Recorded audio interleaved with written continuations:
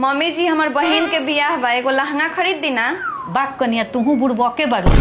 लहंगा किन के का करबू? लहंगा इतना भारी होला, एक दिन पहिनबू आ फिर पेटी में रखा जाई। इतना तो अलमारी में साड़ी भरल बा, वही में से एगो पहन ली हो। देख लू माई के दिमाग, पैसा बचा दे लखनऊ। अच्छा वो सब छोड़ी लोगी, खाना का खाए में लोगी? आज छोले भटूरा बना दो। ठीक बा। माँ आज छोला भटूरा खाए के मिली बहुत दिन बाद। देखो कैसन बनाओ तरी।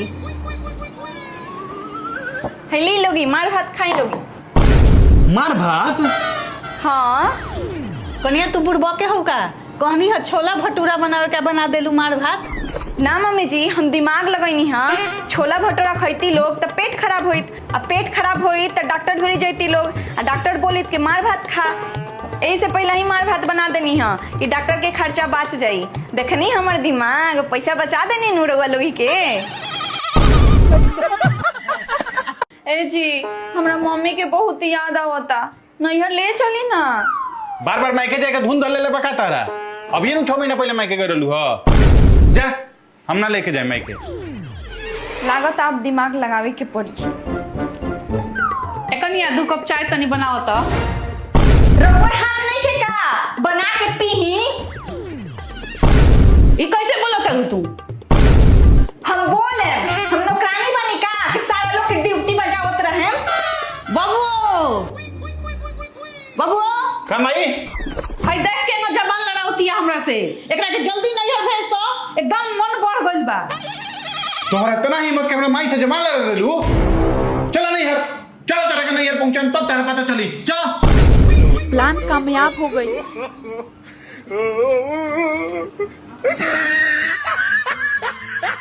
तू दिन भर खाली मोबाइल चलावत रहो, तारा पढ़े लिखे के तबा ना। एगो हमार बेटा रहे, इतना तेज रहे पढ़े में कि दूसरे क्लास से सरे के लिए 6ठा क्लास में फना देले।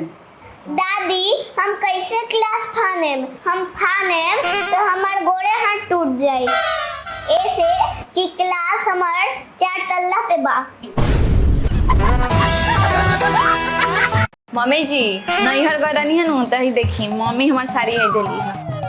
यही साड़ी हमार भाभी देली है, हई साड़ी चाची देली है, आई दीदी देली है। ना दादी मम्मी झूठ बोलतिया। जाके रास्ते में किनल दे बारी पापा से बोलतिया नानी चाची भाभी देली है बड़का भान कर।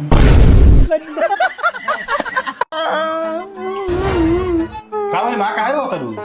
बताओ तो मेरा रू कहती है कि रौड़े सब काम करे, हम ना करे। हे उम्र में हम काम करी? हैं ऐसा बोला किया? हां रुको अभी बताओ तो। आए तारा इतना हिम्मत के हमरा माई के कहलू काम करे के?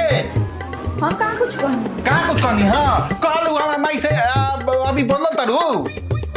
इतना चिल्लात काहे बनी? दिन भर काम करत रहेनी, एको सेकंड का बैठे के टाइम नहीं रहला। इतना चिल्लान तो रउआ सो हम सुने। तरा सुनबू का? मत के ना सुनबू तो के कर सुनबू? चुपचाप रही, ज्यादा हमरा फिर बहस मत करी। दिन भर काम करत रहेनी, इतना मत चिल्लाई हमरा फिरी।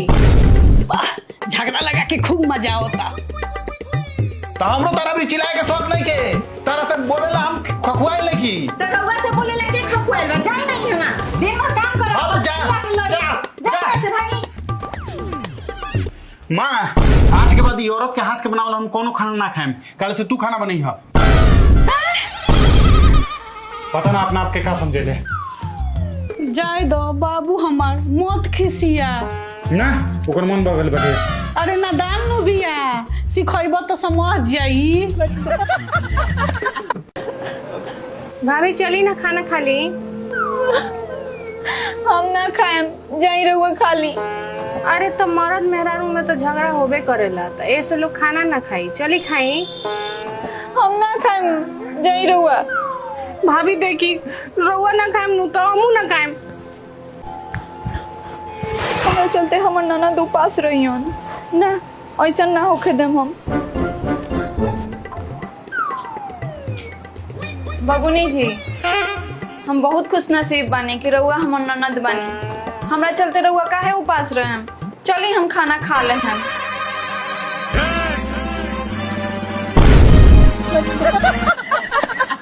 हेलो।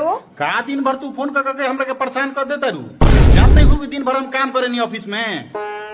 ए जी छुट्टी लेके आई ना, फिल्म देखे चले के बाद। हाँ, अब हमरा जीवन में यह बचल बा कि फिल्म देखे जाई तारा साथे आए तो ऑफिस के काम हम सब छोड़ दिए, बॉस निकाल दिया हमरा के, हम फिल्म देखत रह जाए। हाय जीजू। अरे साली जरुआ। हाँ जीजू चली ना मूवी देखे। हाँ देखी ना, हम सोचा तो नहीं कितना दिन से कि रउआ साथ फिल्म देखे जाए। चली आओ तो। अच्छा अब छुट्टी मिल गए। ए जी चीख के बताई सब्जी कैसन बनल बा।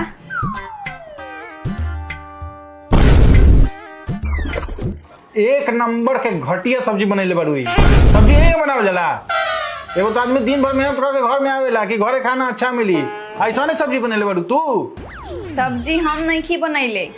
कब के बनैले बा? जिया जी सब्जी हम बनैले बानी। कैसे लागल सब्जी? वाह का स्वादिष्ट सब्जी बनैले बनी साली साई बा। एक नंबर के स्वादिष्ट सब्जी बा। ऐसा सब्जी खा के तो हम तृप्त हो गई नहीं। इतना स्वादिष्ट तो हम सब्जी ना खैले नहीं है जीवन में। कैसे जीजू?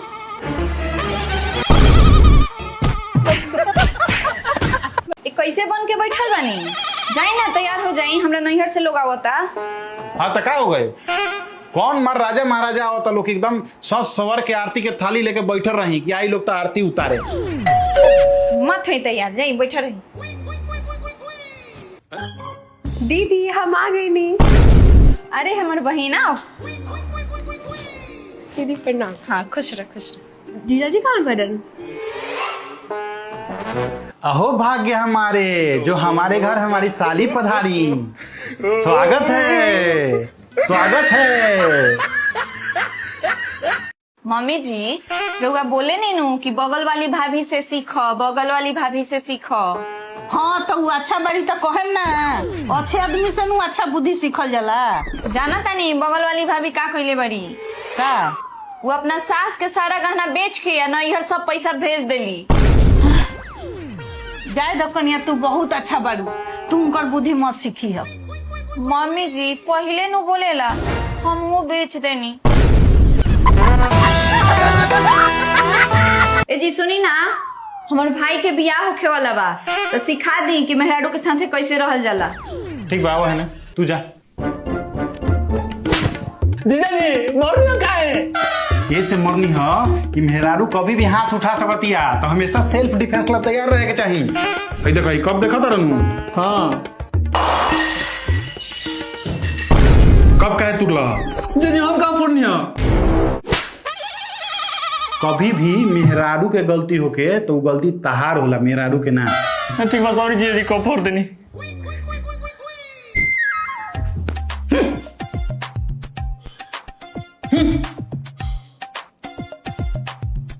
ते हम खिसियाइल बनी ते हम मनावत काहे नहीं खींच? जीजा जी भइल का बा?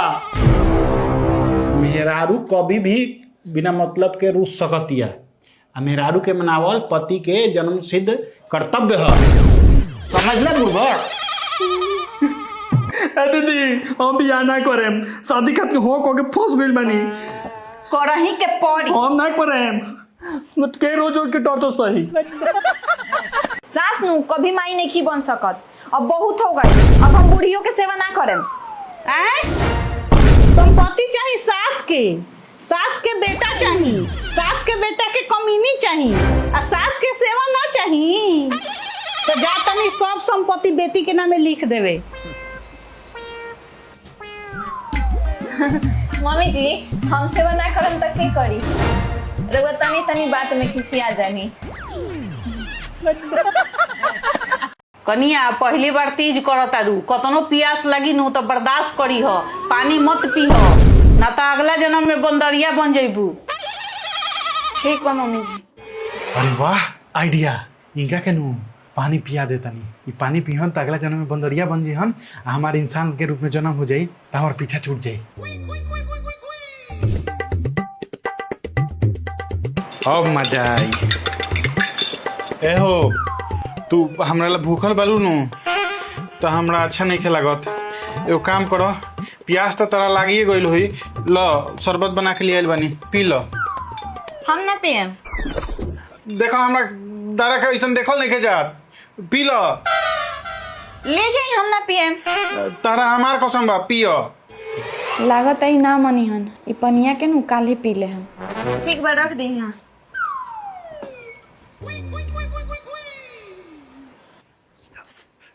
का बात बड़े कि इतना खुश बड़े? जानत रहूं आज का कोई नहीं हो, उनके के नु पानी पिया देनी हो। अब अगला जन्म से हमार पीछा छूट गई, वो अगला जन्म में बंदरिया हो जी हन, हमार इंसान के रूप में जन्म होई। पागल कहीं का, शादी बियाह 7 जन्म के रिश्ता होला, एक जन्म में ना छूटे। अगला जन्म में वो बंदरिया हुई तते बानर हो जेबे, बानर। पीछे देख, पीछे हैं